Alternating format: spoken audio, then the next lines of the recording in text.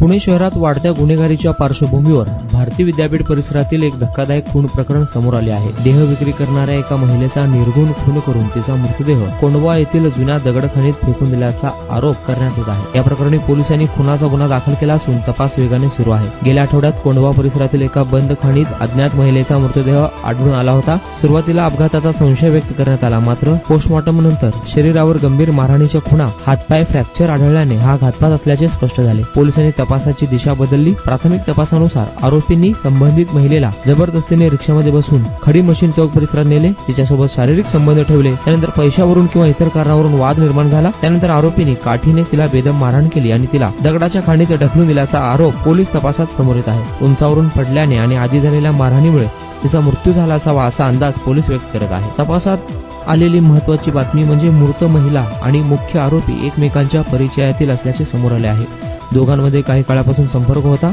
दारूच्या व्यसनामुळे वाद वाढल्याची शक्यता देखील पोलीस व्यक्त करत आहेत। या गुन्ह्यामध्ये 6 जणांचा सहभाग असल्याचे निष्पन्न झाले असून दोघांना अटक करण्यात आली आहे। भारती विद्यापीठ पोलीस ठाणे आणि पुणे गुन्हे शाखेच्या संयुक्त पथकाकडून याचा तपास सुरू आहे।